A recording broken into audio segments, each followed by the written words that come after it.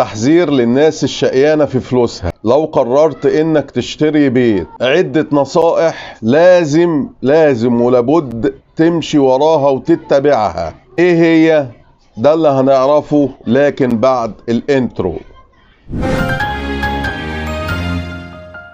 السلام عليكم ورحمة الله وبركاته.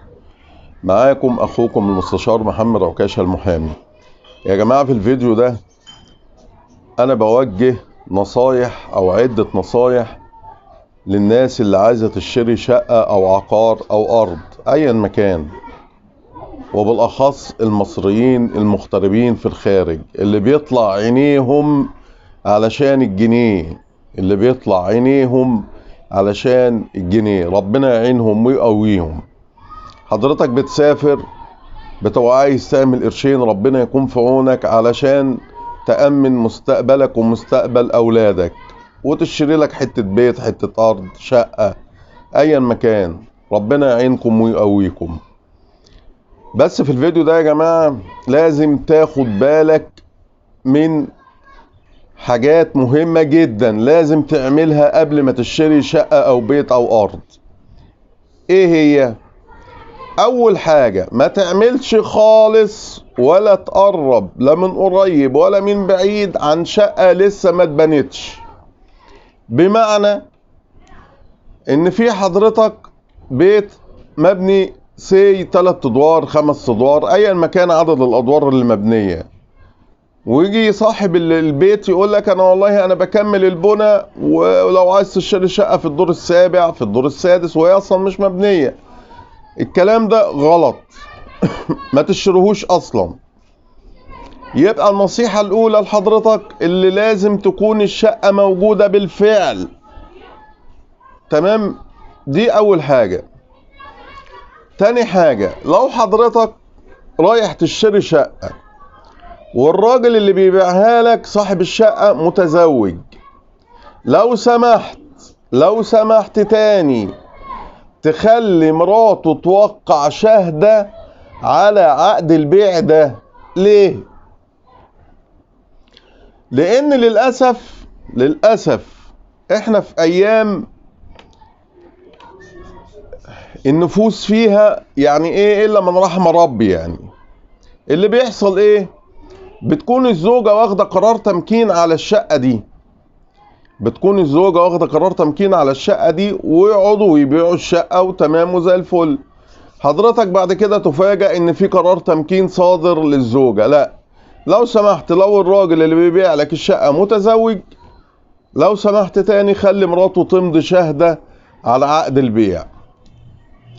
دي نقطة.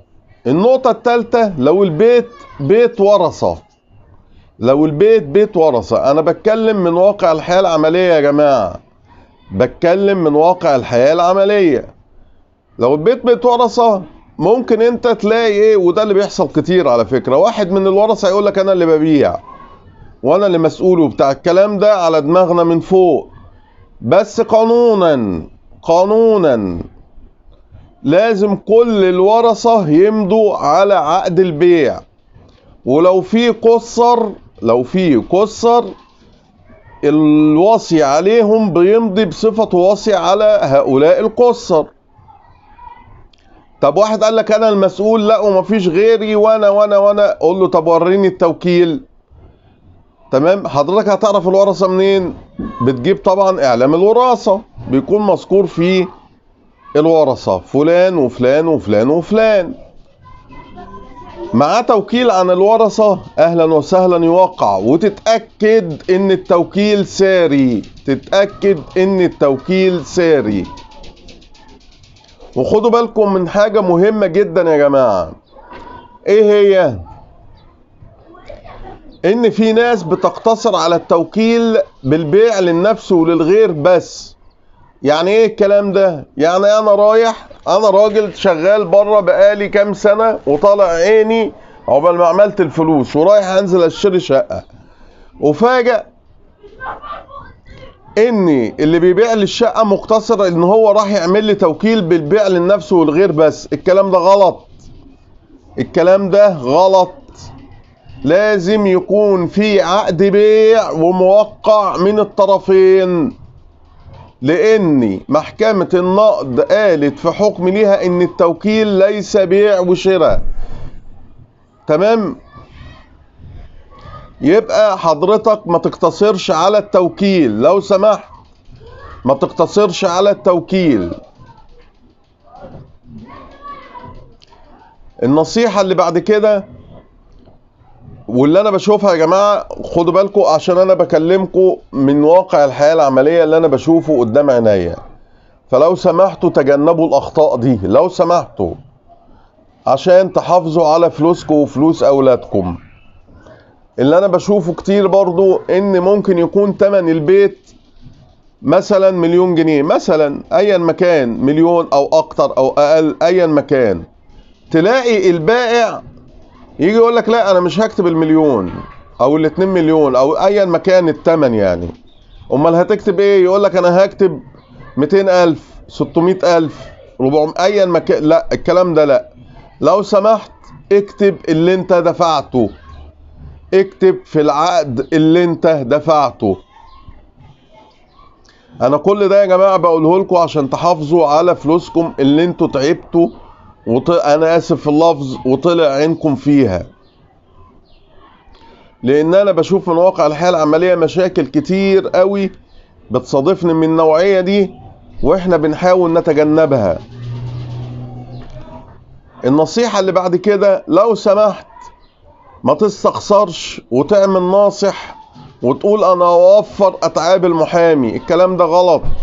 لازم يبقى مع حضرتك محامي وانت بتكتب عقد البيع، يطلع على اصول المستندات الملكية ويتأكد من مدى صحتها. تمام؟ فما تستخسرش.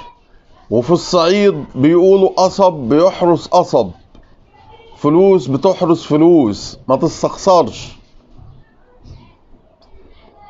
النصيحة اللي بعد كده وحضرتك راح تشتري شقة او بيت، يا ريت مش من اول مرة، لا تروح تتردد على البيت اكتر من مرة وتعرف الناس الجيران يا جماعة والله انا هشتري دي، هشتري البيت ده، هشتري الشقة دي، هشتري الارض دي. تمام؟ ليه؟ لو في حاجة مستخبية هتبلك. فالبيع والشراء بيبقى عايز تأني، عايز صبر. تمام يا جماعة؟ وبرجع اكرر لكم تاني يا جماعة، انا بقول لكم النصايح دي من واقع الحياة العملية. تمام؟ فلو سمحتم اتبعوها، لو سمحتم اتبعوها، مش هتخسروا حاجة. وانا بوجه كلامي للاخوة المصريين المغتربين اللي بيبقوا عايزين يشتروا شقة او بيت هنا في مصر. ومن ضمن النصايح المهمة جدا اللي انا بشوفها قدام عيني واتعرضت عليا، لو سمحت لو اشتريت شقة ما تسيبهاش مقفولة وتمشي. لو سمحت لازم تقعد فيها او حد من طرفك يقيم فيها، لازم حد من طرفك يقوم فيها او انت تقعد فيها، انما انت ما تقفلهاش وتمشي وتسيبها. وبعد كده النصيحة اللي بعدها يا جماعة، حضرتك اشتريت وراجعت ورقك. قبل ما تشتري طبعا بتراجع ورقك وبتراجع اصول المستندات، اصول مستندات الملكية، وبتراجع بنود العقد بند بند قبل ما توقع. وخد بالك من حاجة مهمة جدا، انت لازم اما توقع على عقد البيع سواء حضرتك كمشتري او البائع لازم توقع على كل ورقة من اوراق عقد البيع. يعني اوراق عقد البيع 4 5 5 ورقات 4 ورقات ايا مكان، لازم حضرتك توقيعك انت والبائع يكون على كل ورقة من ورقات عقد البيع.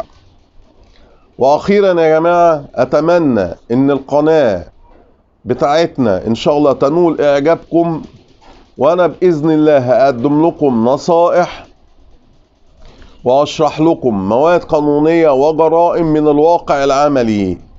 باذن الله القناة هتقدم لكم محتوى جيد تقدروا تستفيدوا منه، بعيد عن كلكعة وصلابة مواد القانون. هنقدمها لكم ان شاء الله في منتهى البساطة. واي استفسار انا ان شاء الله على استعداد اللي انا ارد عليه في الكومنتات. كان معكم اخوكم المستشار محمد عكاشة، والسلام عليكم ورحمة الله وبركاته.